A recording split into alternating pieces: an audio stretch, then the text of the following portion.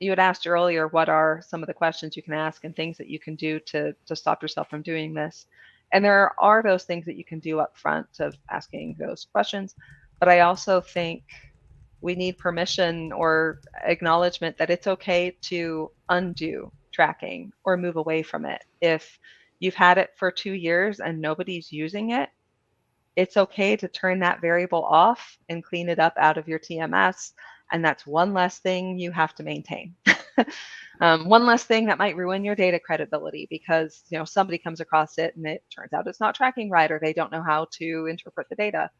Um, yeah, I feel like we are always kind of married to the things that are already done, and we never feel okay removing them just because we can and we know we're not using it. Yeah.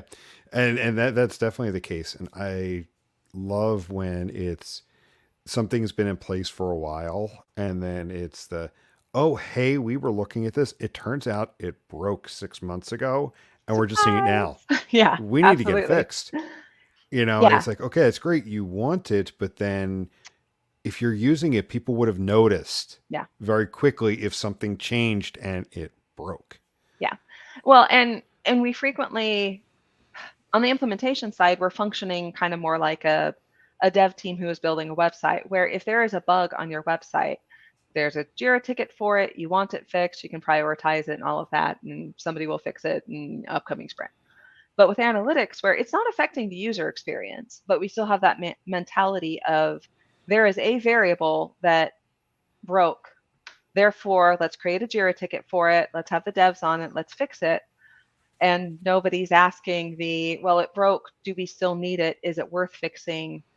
Why would we ever prioritize fixing this? And if we're not prioritizing fixing it, we're just throwing it in a backlog, saying, yeah, we know we want to fix 𝐸VAR 16 at some point. Just kill 𝐸VAR 16, turn it off, remove it from your implementation, and if you want it fixed in the future, then make it a whole new ticket for it and get it going again. Because having a whole bunch of things in your backlog of stuff that we know is broken and maybe someday we'll fix. Again, it affects your credibility. It affects both the data's credibility, but also your credibility with the devs.